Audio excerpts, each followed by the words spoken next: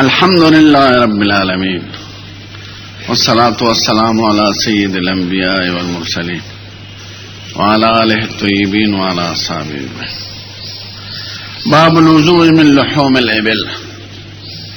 باب دې په بیان د ایجاب د اودس کې د خوراک د غوښو د اوښانو نه. مخکې یو باب تیر شو چې عقل د مما مست النار ناقص د اودس دی که نه دی. نای کې دا و چې څلور واړه امامان په دې دي چې ناقص نه دی. اوس یو خصوصي صورت ذکر کوي چې دا د مما مست النار د وجه نه دی، خصوص د غوښو د اوښانو نه اودس لازمي که نه لازمي. نو دې باره کې درو بحثونو ته خیال لرئ. اول بیان د مذاهب د فقهاو د عالم اسلام، دویم بیان د دلائل د مخالفینو،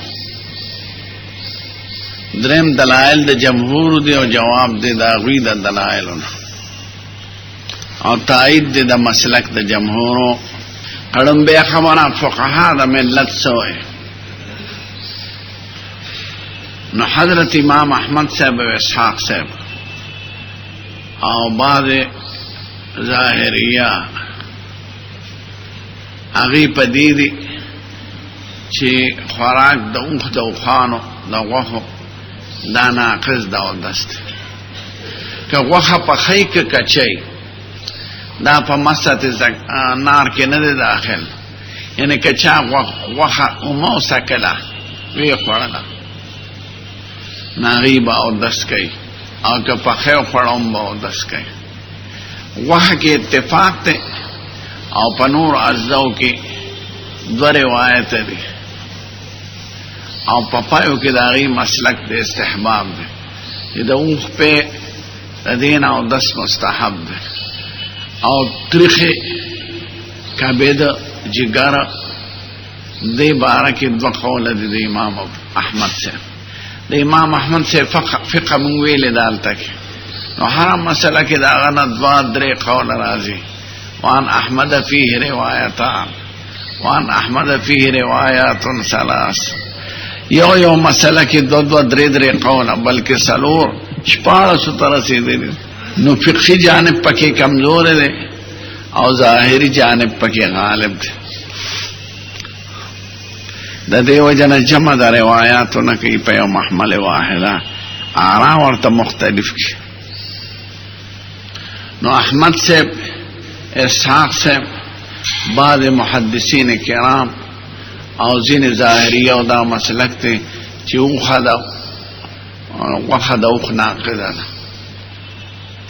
یو ځل د حرم شریف امام شیخ عبدالعزیز ابن صالح لوی عالم و حنبلی، نو مونږ روژه و هلته کې، نو هلته په روژه کې سموسې خرڅېږي او سموسو کې غوښه قیمه او قیمه اکثر د اوښانو د غوښې. نو هغه وعظ وکړه د ماښام د بانګ نه پس بعضې وروڼه روژه ماتې کې د سموسې خوري چې هغې کې د اوښانو غوښې دی.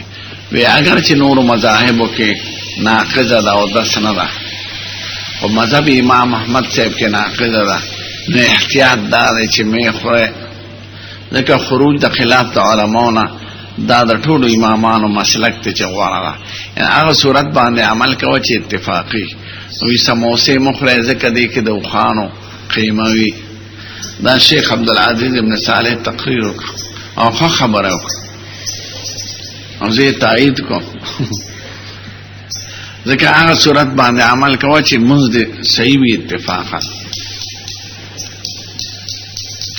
نو حنابله ټول په دې دي چې د اوښ غوښه ناقضه ده اودس ته، که پخی که کچی، که چا وخوړه او که چا سې وڅکله اودس یې مات دی. دویم مسلک د دې باقي درې فقهاو دی، امام ابو حنیفه، مالک او شافعي او عام علما په دې دي چې نه د اوښ غوښه ناقضه نه ده. دا لومبی بحث شو. دویمه دا چې څوک ورته ناقضه وایي د هغوی دلیل څه دی. او چې څوک ورته ناقض نه وي دا غوي دلیل سره او دا لومبو دلایل نه څه جواب کوي. نو دا باب د امام احمد سے پتاید کی مناقض ده او کنه دی خو اکثر جمع بین الزدین کوي یو باب د نقض نو بل باب د عدم نقض خودل ته صرف یو باب ذکر کړل او امام ترمذی خپل دا مسلک معلومیږي چې د نقض وضو قائل دا شکر دی زمو وطن کې د وخانو علاله دل او وخت خرڅېدل ډیر کم دي او نجد کې زیات دي اوخ ګرم شي د نو په ګرمو علاقو کې ډیر. ما ټول عمر کې 2 ځله بخورل او قصدن مې وخوړه. نو اول دلایل د دوی وره چې څوک ناقض دا او د سی وای باب دا غي د پاره مناقض دا غي زده نه ذکر کړي. باب الوضوء من لحوم الابل باب د پیجاب دا او دس کې د استعمال او د خوراک د غوخو د وخانونه. حدثنا انس قال سنا ابو معاويه عن مشان عبد الله بن عبد الرحمن بن ابي ليلى عن البراء بن عازب قال سئل رسول الله صلى الله عليه وسلم عن الوضوء من لحوم الابل سيد الكائنات نتپوس شو چې د وخه خوراک څنګه دي فقال توضؤ منها ودستكوي وسئل عن الوضوء من لحوم الغنم او د ګډو چلو غوښونه او دسکو قال لا تتوضؤ منها او دستمکه. نو گویا دا مما مست النار دا وجه نه دی چې مما مست النار دا وجه نه به شریعت فرق ولې کوي. مست النار خو دواړه په اور پخې کله ګډ چیرلی یو کده خوې خو هغه کې او د سویلې نه او د ګډو چیرلو هغه کې نه دی ویل. نو دا حدیث صریح دلیل نه د دې خبره چې او دسته او خان په غوښو کې لازمیږي او په صيغه د امر ذکر ده او شریعت فرق وکړو د وخان او د غیر وخان. قال ابو يسار دا حدیث جابر بن سمره او سید بن حذیر بن نقل. امام ترمذی د بعض راویانو حال ته اشاره کوي چې دوی دا حدیث غلط ذکر کړی دی. چا راوی غلط کړی دی چا صحابي غلط کړی دی.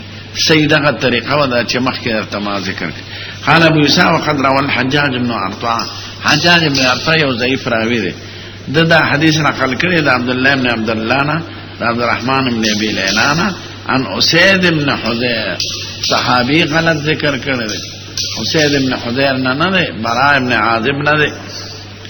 والصحيح حديث عبد الرحمن بن ابي ليلى عن البراء بن عازب ذكرهم به. وقول احمد يوم بل غلطه ته اشاره کوي. وقول احمد واسحاق بل غلطي ورواه بالدبي عن عبد الله بن عبد الله الرازي عن عبد الرحمن بن ابي ليلى عن ذي الغره چا صحابي ذي الغره یاد کړل. نو سو کوئی ذي الغره کنیه د براء ابن عازب د نو اختلاف پکې رانه خدا چې د براء ابن عازب په کنیو کې ذل غره نه راغلی. دا یو مستقل صحابي دی عيش توایه بلال هلالي دا غو کنیه د ذل غره نو دیم غلط شوی دی. ورواه حماد بن سلمة هذا الحديث عن الحجاج بن عرطاء. حجاج بن عرطاء البيت ضعيف ده فاختار فيه وقال عن عبد الله بن عبد الرحمن بن ابي ليلى.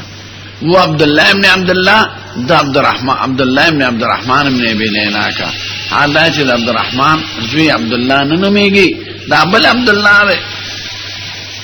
عن ابي عن اسيد بن حذير والصحيح عن عبد الله بن عبد الله الرازي عبد الله ده عن عبد الرحمن بن ابي ليلى عن البراء بن عازب.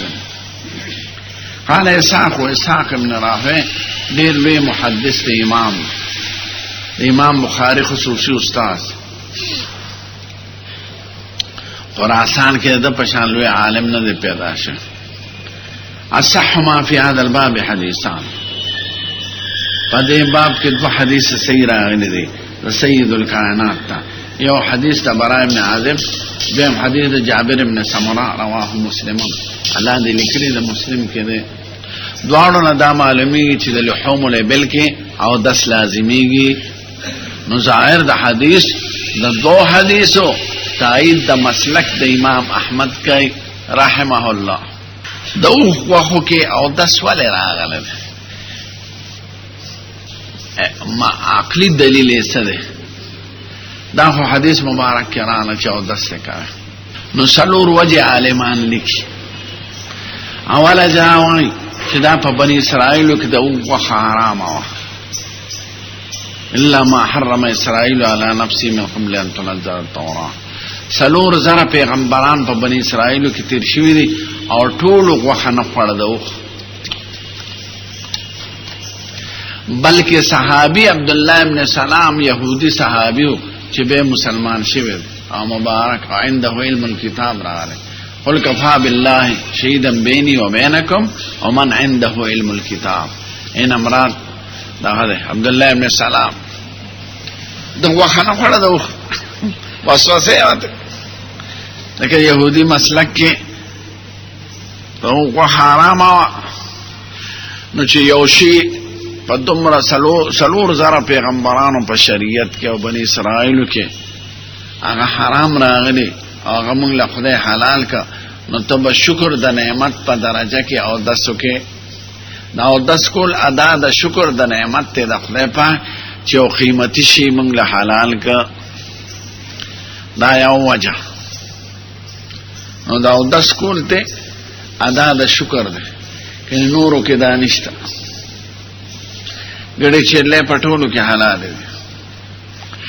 دویم دا ده چې دا اودس کول دفع د وسوسې ده او د اوهامو ده په حقیقت کې، ځکه یو څیز چې حرام راغلی په ډېرو پیغمبرانو کې او تا ته حلال شي نو کیدی شي چې زړه کې د وسوسې راغلی چې یاره دا شی خو داسې دی. نو دا اودس کول علاج دی د دغې وسوسو د اوهامو چې وسوسې اوهام مه کوه. درېیمه وجه دا ده چې اوښ په شیطان ته منسوب شوی دی په ډېرو احادیثو کې.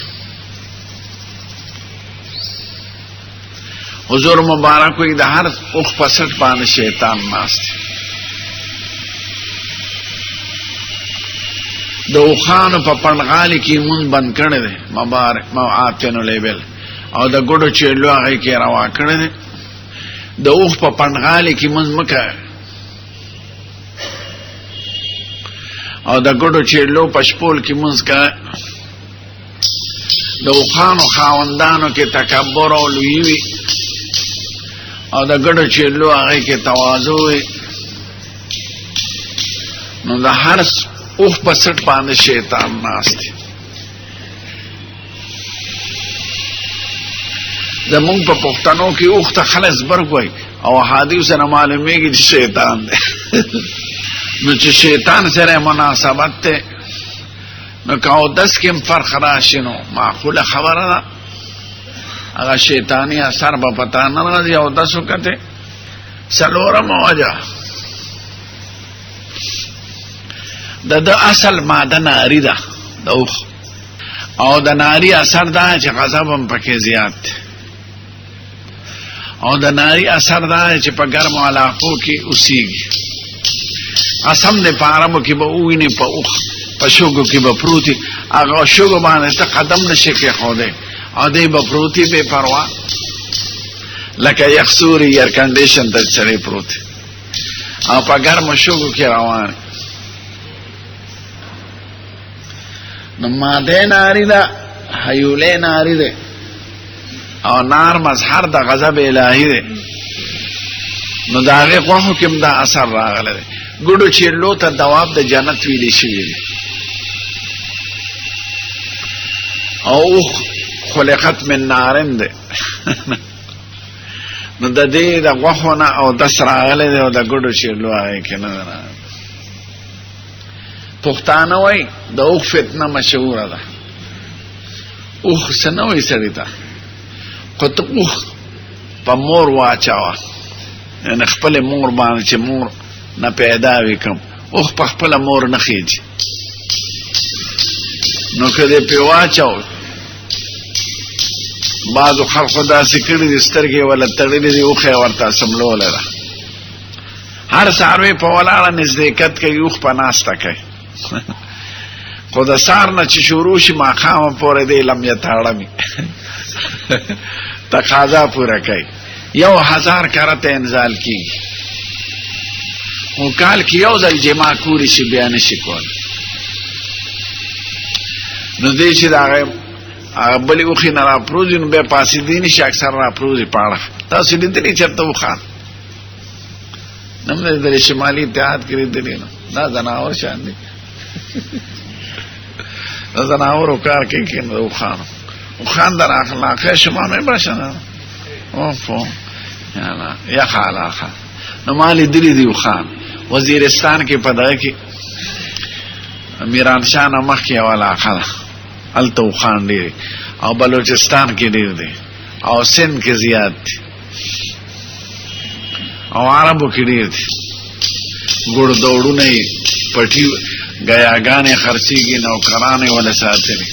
اوخ په ګرمو شګو کې پروت دی په شپږم او پنځم ورځ پس اوبس کې خو یو ځل چې په اوبو خوله کېږي نو هلې ته خوله اوچتوي چې څو پورې ځان موړ کړی.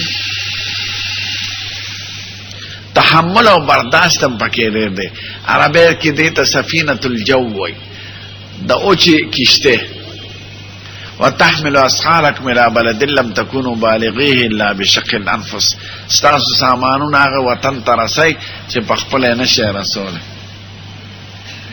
اوښانو کې قیادت ډېر دی. سل اوښان به یو ماشوم له جلب ورکه ورپسې روان. یو ځل یو مږې غوړ پړې د خولې نه ونیوه هغه د اوښانو قطار سر کې و نو هغه مږې راښکه اوښان ورپسې روان شو. نو انقیاد پکې ډېر دی خو فتنه هم ډېره سخته ده. کم چا چې په مور باندې اچولي هغه سړی وجني یا د خپل عضو تناسل ته خوله کې دا ځان نه وباسي.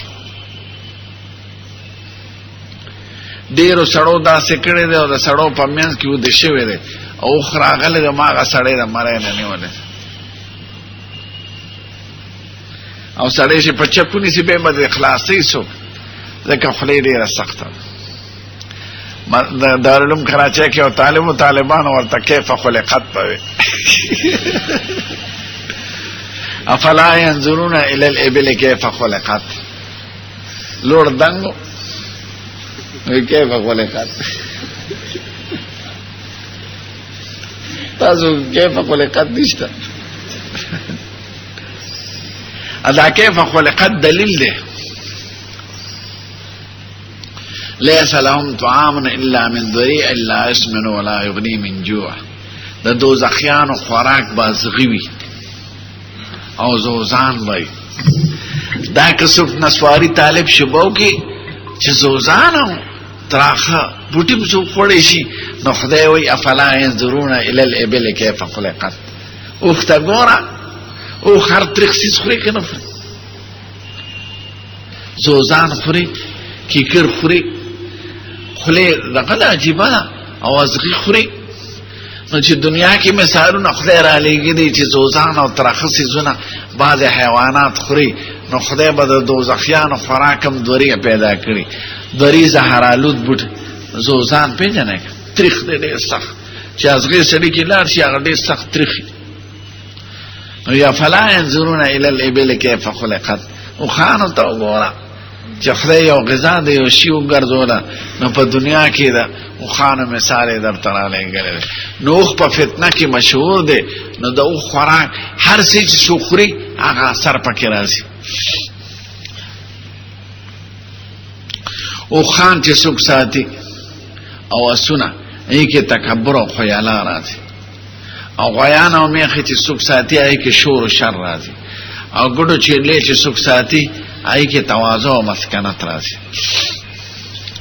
نو دا علاج دی دا غیر روحاني مرض دا اودس چې ته وکړه نو ماده ناري ده او څنګه د نار نه پیدا دی خدای پاک ښه پوهېږي. موږ د خاورې نه څنګه پیدا یو خدای ښه پوهېږي. نو حیولې ناري ده نو دا څلور وجه شي د دې وجه نه حافظ ابن قیم وایي او حافظ ابن تیمیه وایي او ډېر محدثین وایي چې شریعت فرق کړی د اوښو او ګډو چیرلو د دې په دې وجوه باندې بنا نو راجحه دا چې د اوښ د غوښې نه اودس پکار. او تاسو ته هم زه وایم که چېرته موږ خو خوړو نو اودس دې وکړئ چې عمل بالحدیث راشي. اگر چې عام فقها نه وایي خو خروج د خلاف د علماو نه ښه دی که نه او حدیث نستی په دې موضوع کې.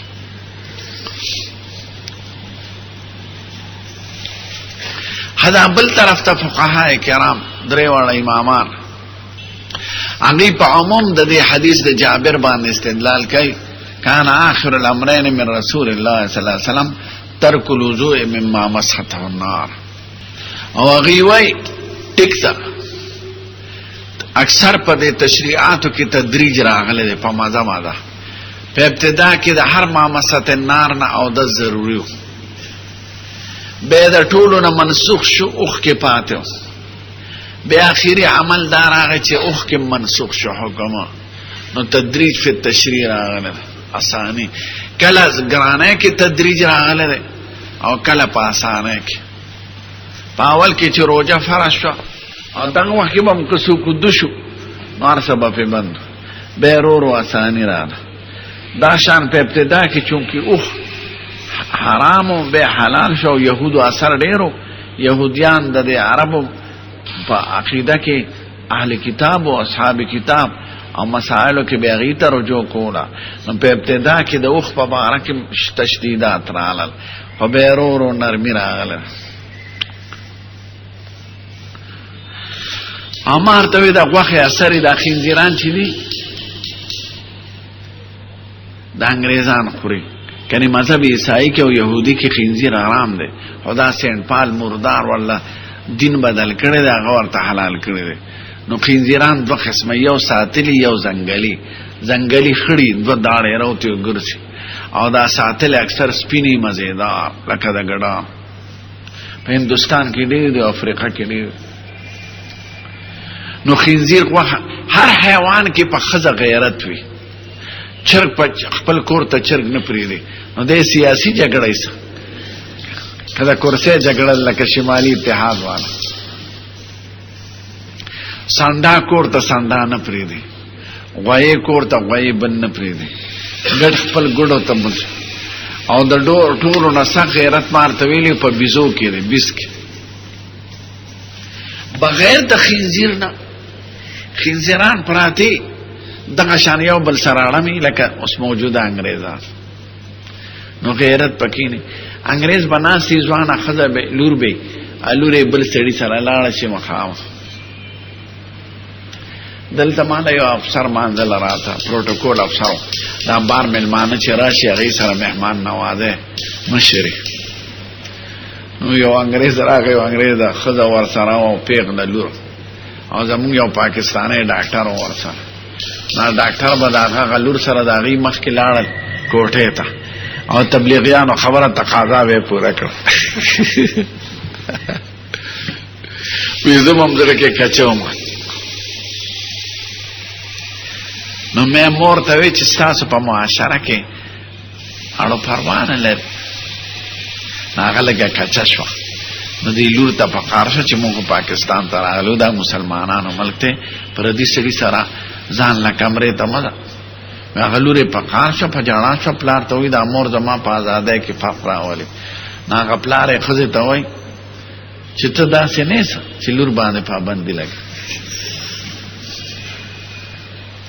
دا غړي دل چې کوي کنالتا یوځه نو خدای سړی یوځه غړيږي یو بل نه لاسونه نیولي نه دا غړي دوزه لکه خدای مکه د جمعه دغه شانلوي زیوي او یې کې زینې پردې پکې نو چې سړی خدای غړيږي او تقاضا پورته شنو پردې د دن نشي نو پاکستان ډېر خود دا کارونه کړی انګريزانو سره د دې لیډرانو خدای د دې مردار اخباراتو کې مراشي پروا نه لري فلان کې انګريز سره غډا وکړه به تطبیق وکړه نو انګريزانو کې دا شي نشته دا سکولونه یو ځل مضمون مال د عربو رساله راځي باز د کویت نه یو رساله راتلای کې یو خزه مضمون نو د عربو مسلمانانو خپل ته یې مردارو تاسو چې امریکای تلاشي سکولونو کې جنکه داخلي کې ما خپل لور داخلوله ناغي ټول تعلیم مخلوط ته الته الکانو جنکه دانشته چې دا د الکان سکول دی او دا جن ټول یو ځای نو جنې چې داخلي د مسلمان ملک یاد آیا نه نو جامع به د الکانو مخکیو باسي او سړی به پلاس وی الکان چې دې د سترګو نه حیوزي وی زمالو لاړه غي ته وی جامع او باس هغه وی ځخنو باس وی زنه داخله کې مرانه مات وی مردار او عربو پکه مسکلونو کې پنځینه کومه سبق وای جامې ته وباسي پاندامن ولا لاس وای چې هغه نه حیاوزي او داسې سکولونه کله الک او جنکه دته د سکس تعلیم وای د جنسیت تعلیم. نو استاد او استادای نو چې چل ولا نه ورځي نو دوی دواړه ورته مخکې عملی تطبیق وکړي. دا د انګریزانو حال دا د مردار قوم چې زمونږ د لیډران ورپسې روان لعنهم الله. پاکستان کې دا غواړي افغانستان کې حقوق نسوان طلب شوي دي. مردارو د خپلو ښځو غم وکړي، د بزربانانو افغانیانو غم وکړي. او دا دلته نه وایي دا مردار ښځه مساوات کوو، مساوات ښځه میدان ته راوباسو. هلکه ښځه چې میدان ته راوباسي دفتر کې ښځه ناستې او سړی او دواړو سر سنت برابر کړي او دین پکینی نو دوی به څه کوي؟ قسم دې یو لوی ملا چې دومره ګیري چې ځمکې ته رسي او سر یې د پټکې د منارې عمرې او مې ښځه خوښه وه. یو خدا چې جړا وي لکه شمالي اتحاد والا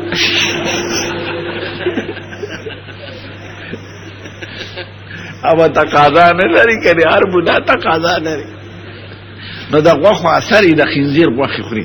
یو خو خنزیر بې حیا دی نو دغه طبیعت د هغې جوړ شي. دویم خنزیر تاسو انګریزانو ښځې نږدې نه دي لیدلی، ما لیدلی دی. په دې بدن یې داغونه یي سپینه به یي خو داغونه یې پسه. دا د خنزیر د غوښې اثر دی.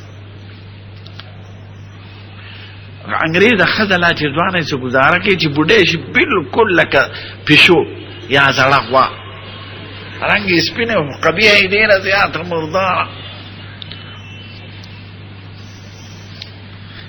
کینیا ته زه تللی وم هلته یو په جس کې یو ځای له تلي و د سیل دی هوټلې وې پکې. نو انګریزان یې ښځې رهنمایي کوي چې دا ښایي دا په دغه ګرځېدو په جیپونو کې ځکه حیواناتو یو هوټل کې تېرو دا غوښې تیارې پرتې. نو ما د یو ځای نه غوښه راوچتوله هوټلو وایي نه بل سړی زر راغی ما نه پېژانده چې نه سرې غوښې پکې تکې سرې وی دا د خنزیر غوښه ده دا د مسلمان لپاره نه ته دا بله خوا. نو خنزیرانو غوښې او قصابخانې وي دا خنزیر چې حلالوي که نه دا د بجلی شاټ ورکړي ګڼه نو چې شاټ ورکړي راپروزي بس دغې کې غوا چې حلالوي په ټوپه کې ولي په تماچه دلته مسلمانانو نه راپروزي نو لاندې ورته مسلمان ولاړې داسې خوري په هغې کې راپروزي نو حلالی کې بیا ته سرمنې په مشینونو باسي. خو دا خلک چې هلته یې پې لیکلي او اکثر خراب خلک د مسلمانانو قصابانو نه غوښه اخلي. نو په دې افریقا کې په دې مختلفو ملکونو کې دا خنزیران دا خوري. نو د خنزیر د غوښې دا اثر دی چې هغه طبیعي غیرت ته ختموي. نو ښځه به د سړي سره مخامخ لګوي څه کمې پکې راغی څه شو. نو د اوښ غوښه کې فتنه ده او اوښ کې غضب دی. نو د علاج دی دا اودس چاره نام که اثر دا کې راشي چې ته علاج وکړي. نو دا درې واړه امامان وایي په عموم د امامست النار چې هغه ناسخ دی دام پکې منسوخ شوی دی. دویم وایي امام احمد او اسحاق صاحب ته چې دا حدیث په طبراني کې راغلی دی. یو صحابي راغلی وی سه موږ په صحرا کې اوسېږو ما نتوضأ من لحوم الابل والبانها قال نعم توضأ من لحومها والبانها. او د ګډو چیلو په غوښو البان ذکر دی ورسره صحیح او د البانو نه او دستی مستحب وي. احمد او اسحاق صاحب هم نو کړي عمل خو په زائد پکار دی نو څنګه تاسو البانو نه او دس مستحب وای او نست حدیث کې راغله دغه شان منګم دلته دا حدیث د توضؤ په استحباب حملو چې مستحب د چې سړی ته او دسو کې د غوښونه او د البانو نو یا حکم په استحباب حملو یا مراد د وضو نه معنا لغوي ده لاس وینځل او خله کنګارول. خو بیا سوال دا چې د ګډو چیلو هغې کې خو هم لاس وینځل راغلی دی نو دا فرق ولې دی؟ فرق د اهتمام دپاره دی ځکه د غوښه ډېره بوږه ده او بوی زیات ته نو دا غینه په اهتمام لاسونو خپل کنګال کا د ګړې چیرلې په نسبت هغه کې د سومت او بوګواله او بوی زیات. نو دا وضو په معنا لغوي سره باندې حنبلیان ته منکر دي چې نه دي راغلي احادیثو کې او احادیث صحیحو کې سلور قسمه او 10 راغلي تشلاف وینځل او خلک انګالون لاس وینځل او مخ وینځل لاس وینځل او مخ وینځل او د سر مسه او د خپو مسه او دا پورا او 10 نو سلور قسمه او 10 راغلي. نو مراد د وضو نه معنا لغوي بوالو چې جمع بین الامور کو کنه حنابلہ سم فتوا ورکړي چې او 10 پکې ده امر ته احتیاط هم پدې کې چې دا وخه مخوړه نو 10 ته وکړي او شکر دې وخه دا وخه نو بدل تکان پیږي. نو دا درې وړ امامان وضو په استحباب حملې په قرینه د البانو سره یا وضو په معنا لغوي سره لې او یې دا کوي د باب د علاج نه ویلې ده او اکثر فقهای منسوخ غني. شاه ولی الله سے هم دې له ترجیح ورکړی دا چې دا به منسوخ شوی دی حکم دا تدریج فی التشریع راغلی دا په مزه باندې دا حکم ختم شوی دی. بس ته کوه